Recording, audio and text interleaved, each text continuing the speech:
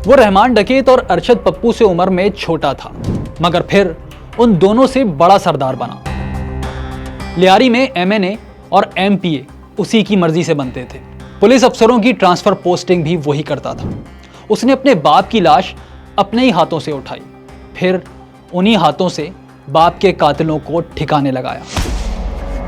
वो फुटबॉलर था, मगर इल्जाम लगा कि उसने इंसानी सरों से फुटबॉल खेली। लियारी में लोग बूंद बूंद पानी को तरसते थे, मगर उसके घर में स्विमिंग पूल था। उसके इलाके में गुर्बत का डेरा था, मगर उसका घर किसी महल जैसा था। लियारी में किसी की जिंदगी महफूज नहीं थी, मगर उसकी हिफाजत 10 से ज्यादा गनमैन करते थे। जी हाँ, हम बात कर रहे हैं मेरा नाम उज़ैर अली है उर्फ उज़ैर जान बलोच की।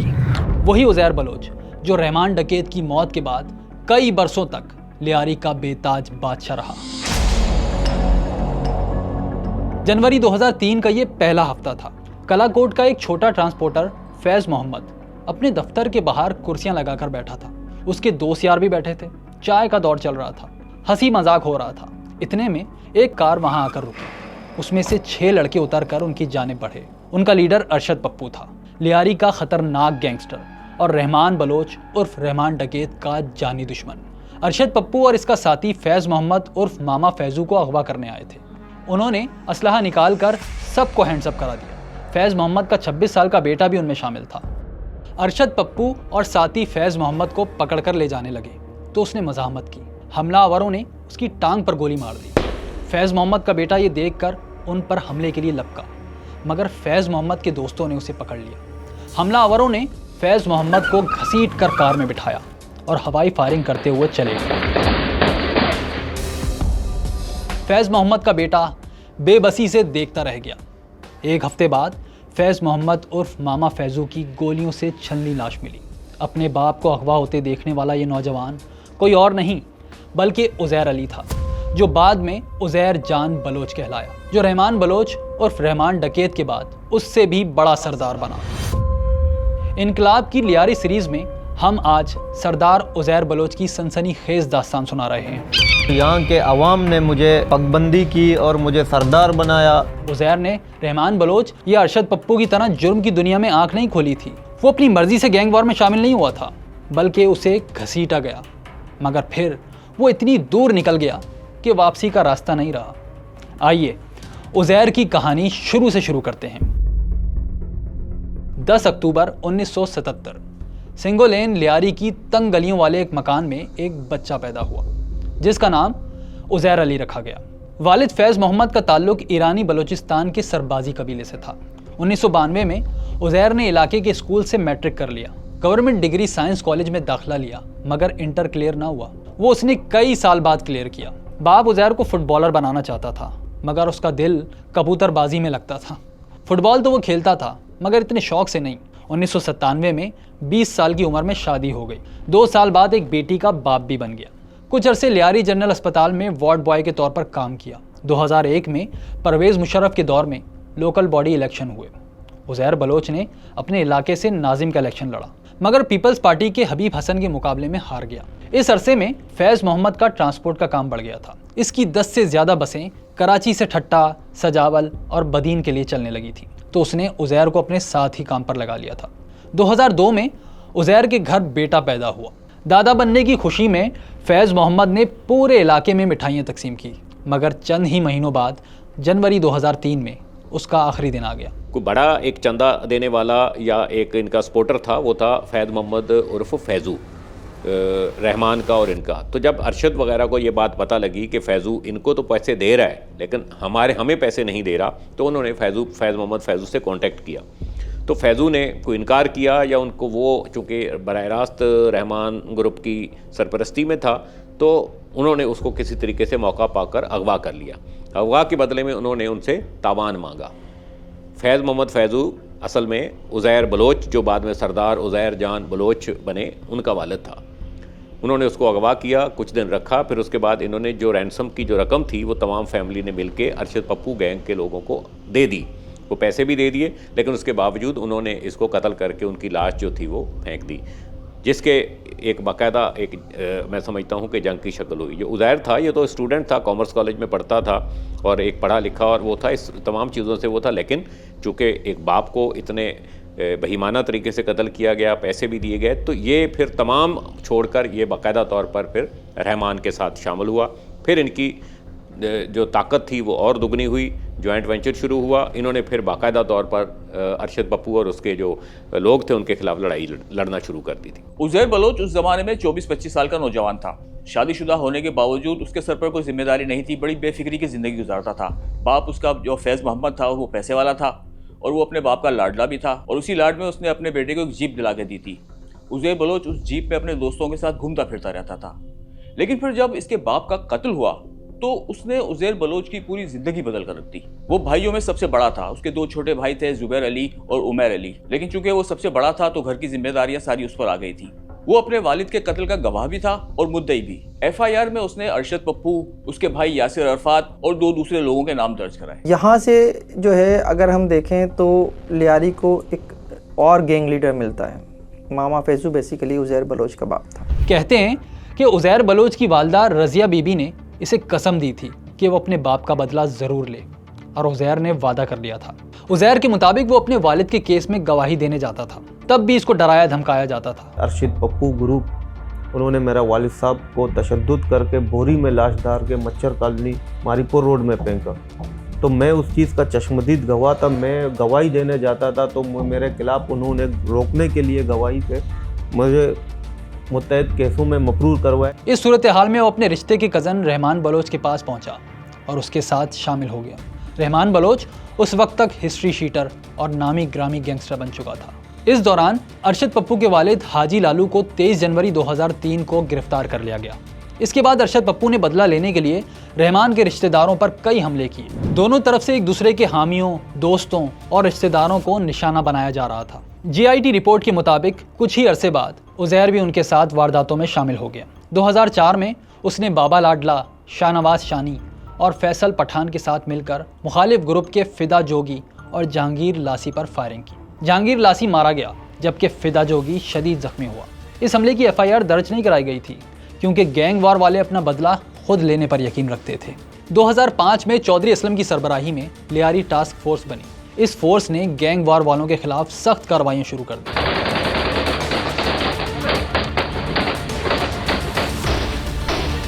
रहमान बलोच फरार होकर बलूचिस्तान चला गया, जबकि उज़ैर भी पहले ईरान गया, वहां का ID कार्ड और पासपोर्ट हासिल किया, फिर वहां से पाकिस्तान आया और ठट्टा के करीब चौहड़ जमाली के इलाके में रूपोश हो गया।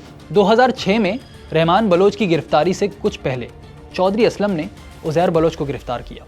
उज़ैर का कहना है कि चौधरी असलम ने नहीं बल्कि एजेंसियों ने गिरफ्तार किया था। नहीं, उसने नहीं किया। मैं जब 2006 में मुझे पकड़ा था झूठे मुकदमातों में, और इसमें 17 मुकदमात इसने मुझ पे केस बनाए थे, और मुझे पकड़ा अंदरून सिंध टट्टा से, और ISI वालों ने मुझे पकड़ा था और इसके हवाले किया था। इसके बाद वो कई महीने कराची सेंट्रल जेल में कैद रहा। यहाँ वो फैसल रजा अब्दी के कहने पर पीपल्स पार्टी के कैदियों का इंचार्ज बना। जमानत पर रिहाई के बाद वो कुछ अरसे तो कोर्ट में पेश होता रहा, मगर फिर उसने पेश होना छोड़ दिया। इसीलिए इसे इश्तिहारी करार दे दिया गया। जैसा कि हमने रहमान डकैत वाली स्टोरी में भी बताया था कि इस दौरान रहमान पीपल्स पार्टी की क़यादत के बहुत करीब हो चुका था, क्योंकि पीपल्स पार्टी MQM को लियारी से दूर रखना चाहती थी। 2008 में पीपल्स पार्टी की हुकूमत बनने के बाद रहमान की अहमियत और बढ़ गई थी, साथ ही उज़ैर की भी। उन्होंने एक तंजीम पीपल्स अमन कमेटी भी बनाई थी। इसके नाम में पीपल्स शामिल करके ये तासुर दिया गया था कि ये पीपल्स पार्टी की ही कोई ज़ेली तंजीम है। खैर, तो सूरत हाल यूँ थी कि बाबा लाडला अगर रहमान डकैत का मिलिट्री राइट हैंड था तो Uzair Baloch political right hand. वो हर मीटिंग में शरीक होता, मगर फिर रहमान ने पीपल्स पार्टी के मुकाबले में मनमानी शुरू कर दी। MNA नबील गबूल का इलाके में दाखिला बंद कर दिया। म्यूनसिपल नाजिमों से इस्तीफ़े मांगने शुरू कर दी।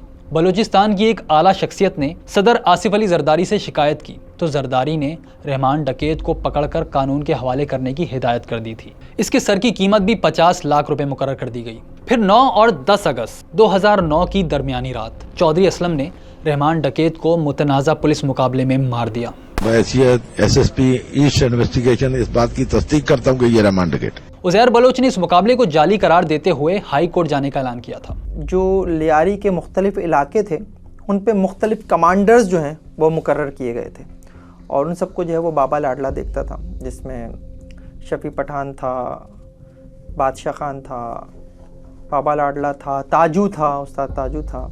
इस तरह के मुख्तलिफ लोग थे जिन्हें मुख्तलिफ इलाकों में ज़िम्मेदारियाँ दी गई थीं और इसमें ज़ाहिर सबसे इम्पोर्टेंट आदमी उज़ैर बलोच था, जो बेसिकली मामा फैज़ू के कत्ल के बाद जिसने रहमान को ज्वाइन कर लिया था और रहमान के साथ ही वो कार्रवाइयों में शामिल भी था, उसका गैंग ज्वाइन कर चुका था और रहमान के बाद उसने फिर गैंग की कमान भी संभाली। ज़राए बताते हैं कि इस अरसे में उज़ैर बलोच ने आसिफ अली जरदारी समेत पीपल्स पार्टी की आला क़यादत के दिलों में भी जगह बना ली थी। रहमान के बाद गैंग की सरदारी और पीपल्स अमन कमेटी के नए लीडर के लिए दो नाम सामने आए थे, उज़ैर बलोच और बाबा लाडला। मगर आखिरकार ये पगड़ी उज़ैर बलोच के सर सजाई गई और वो बन गया सरदार उज़ैर जान बलोच। रहमान बलोच की पुलिस मुकाबले में मुबैना हलाकत के बाद फैसला हुआ कि उसके बड़े बेटे को जो है वो सरदार बनाया जाए, लेकिन वो उम्र में बहुत छोटा था, इसलिए पीपल्स अमन कमेटी वालों ने फैसला किया कि किसी और को उबूरी सरदार बनाया जाता है। अब उनके सामने दो नाम थे, एक था बाबा लाडला और दूसरा उज़ैर बलोच। अक्सरियत ने उज़ैर बलोच के हक में राय दी, क्योंकि एक तो वो पढ़ा लिखा था, फिर पॉलिटिकल भी था, पीपल्स पार्टी से उसके राब्ते भी थे। फिर जिस तरह बलोचों में सरदार बनाने का रिवाज है, तो एक बाकायदा एक तकरीब हुई, दस्तार बंदी की, जिसमें उसके सर पर पगड़ी सजाई गई।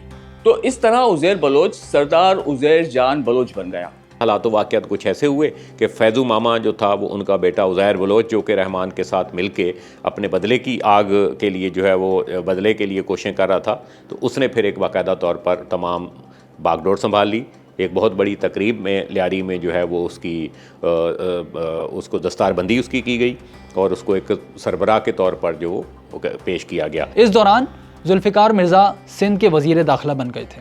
उन्होंने पीपल्स अमन कमेटी के सर पर हाथ रखा और उन्हें लाखों असलहे लाइसेंस दिए। जब पीपल्स पार्टी का दौर आया तो इस वजह से हमें जो है कलाशनकोव के परमिटें दिए लियारी वालों को, मुझे नहीं सबको, और उसमें शॉट गन के लाइसेंस दिए, पिस्टल के लाइसेंस दिए कि आप लोग अपनी दिफा करें। जिस तरीके से मुत्तहिदा और अरशद पप्पू ग्रुप के गप्पर जिगरी के लोग आते हैं यहाँ, जब रात को लोड शेडिंग होते हैं, दस्ती बम फेंकते हैं, जिसमें काफ़ी लोग शहीद हुए हैं, काफ़ी वारदात ऐसे हो चुके थे, इस वजह से हमारी दिफा के लिए हमें दिया था। फिर उसके बाद जो बहुत ज़्यादा मजबूत हुआ, एक बाकायदा एक जरगे की शक्ल होती थी, बड़ा कानवाय था, एक पुलिस का बड़ा लोगों का निज़ाम था।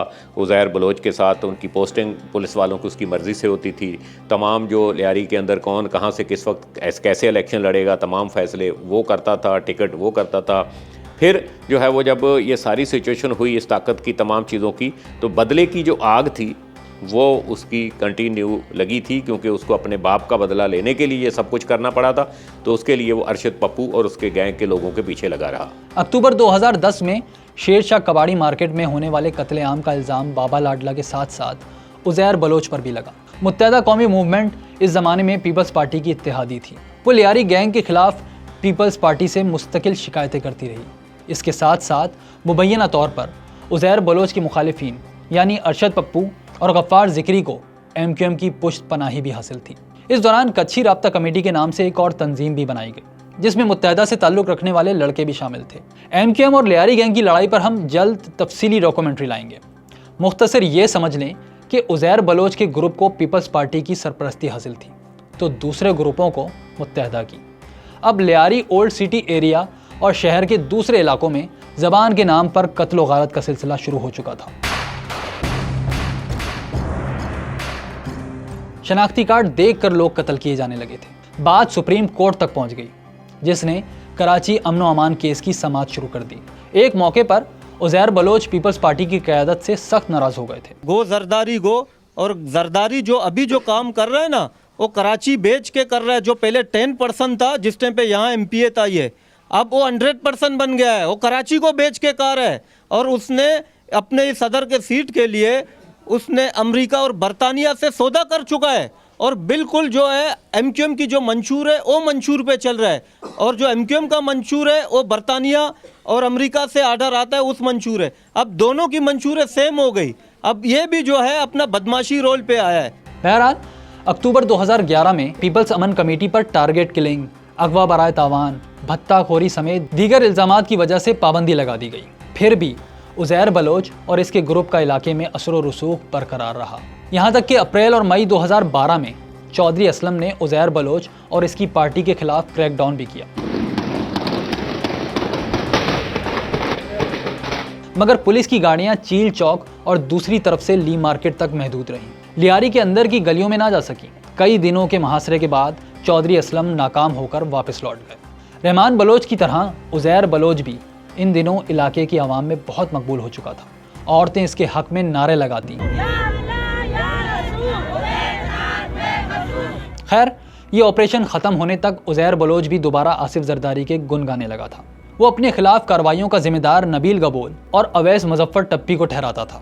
अवैस मुजफ्फर टप्पी आसिफ अली जरदारी के मुंह बोले भाई थे। उज़ैर के मुताबिक अवैस मुजफ्फर उर्फ टप्पी लियारी से इलेक्शन लड़ना चाहते थे, मगर उसने इनकार कर दिया था, जिस पर अवैस मुजफ्फर ने ऑपरेशन शुरू करा दिया था।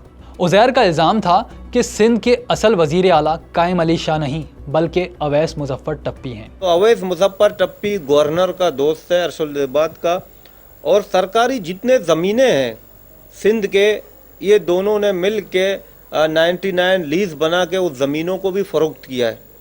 और जब हमने उसको मना किया, उनका इरादा था कि जब हम ये लड़ेंगे सीट हम आगे सीएम हो, क्योंकि आज भी मौजूदा सीएम अवैस मुजफ्फर टप्पी है, कायम अली शाह नहीं है। कायम अली शाह तो यूँ बैठा हुआ है, जो कहता है सहन करता है, तमाम आर्डर पास अवैस मुजफ्फर टप्पी करता है। हमने मना किया तो उसने चौधरी असलम को हमारे ऊपर मुसल्लत किया। हम बिलावल हाउस बैठ के हमारी मीटिंग हुई थी, तब हम पाकिस्तान पीपल्स पार्टी के थे, हम सब कुछ सही था। जब हमने उसको मना किया, उन्होंने चौधरी असलम को मुसल्लत किया और हमारे ऊपर इनाम लगवाया 30 लाख रुपया। बहरहाल अवैस मुजफ्फर से अनबन के बावजूद उज़ैर का तूती बोलता रहा। उन दिनों लियारी ऑपरेशन की कवरेज के लिए वहां आने वाले सहाफ़ी उज़ैर का आलीशान घर देखकर हैरान रह जाते। लियारी की पतली गलियों में वाक़े इस घर में ज़िंदगी की हर सहूलत थी। देखो, मैं अल्हम्दुलिल्लाह मैं एक ट्रांसपोर्टर हूँ और मेरी ज़रूरी ज़मीनें भी हैं, और मैं दुबई में एक्सप्रेस का भी कारोबार है मेरा, और अल्लाह का शुक्र है मैं पैदाइशी लैंड लाभ हूँ और ना के हाथ से। मेरे अल्लाह ने मुझे दिया हुआ है, पैसे दिए हुए, मैं स्विमिंग पूल भी बनाऊंगा, बिल्डिंग भी बनाऊंगा, आबशार भी बनाया हुआ है मैंने, अल्लाह ने मुझे दिया हुआ है। मगर उज़ैर फिर भी बेचैन रहता था। इसे अब तक अपने बाप के कत्ल का बदला लेने का मौका नहीं मिला था, लेकिन 2013 में ये मौका भी मिल गया। इसके बाप को कत्ल करने वाले अरशद पप्पू को 2006 में गिरफ्तार कर लिया गया था। 2012 में वो जमानत पर रिहा हुआ। 16 मार्च 2013 को अरशद पप्पू, इसके भाई यासिर अरफात और एक साथी शेरा पठान को डिफेंस से अगवा करके लियारी लाया गया। इसकी डिटेल आप अरशद पप्पू वाली स्टोरी में देख सकते हैं। इनके हाथ पैर काटे गए, फिर मरने के बाद लाशों के टुकड़े टुकड़े करके जला दिए गए, सर को काट कर फुटबॉल खेली गई। अरशद पप्पू के अगवा वाले दिन ही नबील गबोल ने पीपल्स पार्टी छोड़कर MQM में शामिल होने का ऐलान किया। इन्हीं दिनों निगरान हुकूमत कायम हो चुकी थी। इलेक्शन में पीपल्स पार्टी को मजबूरन उज़ैर के लोगों यानी जावेद नागोरी और सानिया नाज वगैरह को टिकट देने पड़े, जो वहां से कामयाब भी हुए। इन उम्मीदवारों ने उज़ैर बलोच से वफादारी का हल्फ भी उठा लिया। इलेक्शन में जीतने के बाद उज़ैर बलोच ने उनके एजाज़ में डिनर दिया, जिसमें वज़ीर आला सिंध कायम अली शाह, आसिफ जरदारी की बहन फरियाल तालपुर, अब्दुल कादिर बलोच और दीगर रहनुमा शरीक हुए थे। बाद में ये सब रहनुमा उज़ैर बलोच से किसी भी ताल्लुक से मुकर गए थे। सईद गनी ने बाद में कहा कि डिनर तो इलाके के अवाम ने दिया था, जिसमें कोई भी शरीक हो सकता था। मुत्तहदा कौमी मूवमेंट ने भी वज़ीर आला की लियारी जाने पर सख्त तनकीद की थी। मैं इतना जानता हूँ कि वज़ीर आला सिंध हलफ लेने के बाद मज़ार कायद नहीं गए थे, लियारी गए थे और उसकी दावत पे गए थे और वहाँ जाकर खाना खाया था, वहाँ से आशीर्वाद लिया था। बहरहाल मई 2013 में होने वाले इलेक्शन में मुल्क में नवाज शरीफ की हुकूमत बनी। अरशद पप्पू केस भी सुप्रीम कोर्ट में चला गया था। सुप्रीम कोर्ट की हिदायत पर उज़ैर बलोच, बाबा लाडला और दीगर के खिलाफ FIR दर्ज कर ली गई थी। सितंबर 2013 में कराची में जराइम पेशा अफराद के खिलाफ ऑपरेशन शुरू किया गया। नवंबर 2013 में जनरल राहील शरीफ आर्मी चीफ बने तो इस ऑपरेशन में तेज़ी आई। उन्होंने कराची में आला सतह की कमेटी में कहा था कि क्रिमिनल चाहे किसी भी सियासी जमात के हों, सबके खिलाफ कार्रवाई होगी। बहरहाल उज़ैर बलोच समेत गैंग वॉर के बड़े बड़े नाम लियारी से फ़रार हो गए। उज़ैर बलोच भी पहले ईरान गया। वहाँ चाबहार में उसकी मुलाकात हाजी नासिर से हुई, जिसने इसका राब्ता मुबैना तौर पर ईरानी इंटेलिजेंस से कराया। पाकिस्तान ने इसकी गिरफ्तारी के लिए इंटरपोल से रेड वारंट जारी करा दिए थे। 29 दिसंबर 2014 को इसे इंटरपोल ने दुबई इंटरनेशनल एयरपोर्ट से गिरफ्तार किया। ताहम पाकिस्तान में इसकी गिरफ्तारी 30 जनवरी 2016 को जाहिर की गई। रेंजर्स ने एक प्रेस रिलीज में बताया कि उज़ैर बलोच को कराची के मज़ाफ़ात से गिरफ्तार किया गया। इससे असलहा भी बरामद हुआ। सरदार उज़ैर जान बलोच गिरफ्तारी के वक्त बहुत कमज़ोर और बूढ़ा दिखाई दिया। उससे तफ्तीश के लिए एक GIT कायम की गई। GIT में इसने 198 अफराद के कत्ल में मुलविस होने का एतराफ़ किया। मुबैना तौर पर GIT रिपोर्ट में इसने आसिफ जरदारी की बहन फरियाल तालपुर को भत्ता पहुंचाने का एतराफ़ भी किया था। इमरान खान और PTI रहनुमाओं ने इस हवाले से आसिफ जरदारी पर सख्त इल्ज़ाम भी लगाए थे। उज़ैर बलोच कहता है कि 14 शुगर मिलों के ऊपर सिंध में मैंने कब्जा किया है। इसका भाई टप्पी के साथ मिलके मैंने शुगर मिलों के ऊपर कब्जा किया और उनको कब्जा करके जरदारी को सस्ती कीमत पे दिलवाया कि कराची में बिलावल हाउस के इर्द गिर्द जो घर थे, हमने वहां जाके लोगों को डरा के और धमका के जबरदस्ती उनको सस्ते दामों पे उनको घरों को खरीदा जरदारी के लिए।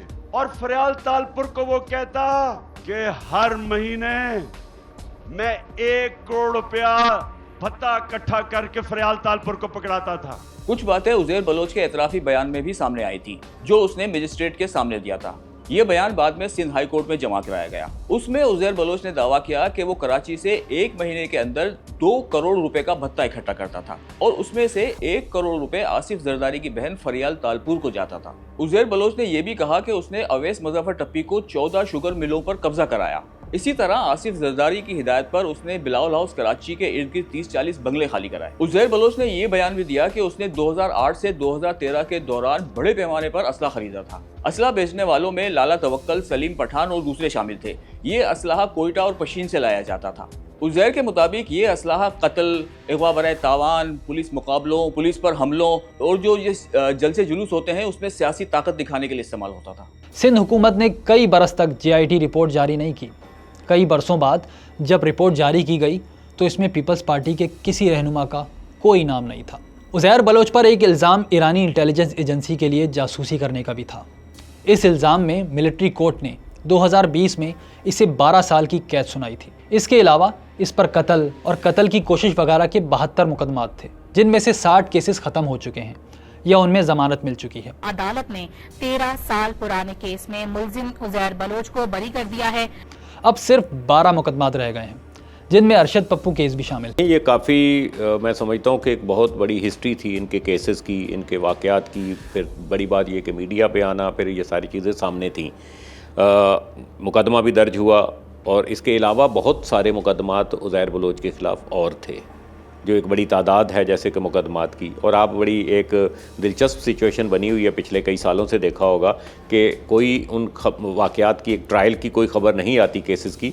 एक ख़बर ये आती है कि फ़लाँ मुकदमे में उज़ैर बलोच को जो है वो बाइज़्ज़त बरी कर दिया गया और फ़लाँ मुकदमे में उज़ैर बलोच के ख़िलाफ़ कोई शवाहिद नहीं मिले और वो केस जो है वो उससे निकाल दिया गया। तो मैं समझता हूँ कि अगर आप मक्खन से बाल जैसे निकालते हैं उसमें भी शायद कोई थोड़ी सी देर लगती है, जितना तेज़ी से वो केसेस से उनको फारिग किया जा रहा है। इसके वकील आबिद जमान कहते हैं कि अक्सर केस चौधरी असलम के बनाए गए थे। ज़्यादातर मुकदमात में शवाहिद इतने ठोस नहीं कि जिसकी बुनियाद पर इसको सज़ा हो सके। वकीलों ने मिलिट्री कोर्ट से मिलने वाली सज़ा के खिलाफ भी अपील हाई कोर्ट में दायर कर दी है। बहरहाल कुछ सहाफ़ियों के मुताबिक उज़ैर बलोच ने रियासत के लिए कुछ ऐसे काम किए हैं जिनकी वजह से इसे मुस्तकिल रिहाई मिल सकती है। गिरफ्तारी के दौरान शुरू में तो तमाम मामला ठीक चल रहे थे, फिर कोई मुल्की लेवल पे 1-2 वाक़यात ऐसे हुए जिसमें इसको जो है वो इदारों ने इससे कांटेक्ट किया और इसने उस मामले में एक बहुत अहम किरदार अदा किया। मैं समझता हूँ कि हम आप सब मिल के कोई लोग मुल्क के लिए जो कुछ करते हैं और इससे उस सरदार उज़ैर बलोच से एक ऐसा काम करवाया जा चुका है जो मैं समझता हूँ कि मुल्क के लिए बहुत ज़रूरी था और वो एक कुर्बानी की तर्ज का है और ये शायद इसके सिले में ये सारी चीज़ें इसको आने वाले दौर में मिलेंगी। उज़ैर अली उर्फ उज़ैर जान बलोच की पूरी कहानी आपने जान ली। आपकी इसके मुताल्लिक क्या राय है और क्या आप लियारी गैंग के मज़ीद किरदारों के बारे में जानना चाहते हैं? हमें अपनी राय ज़रूर दीजिएगा।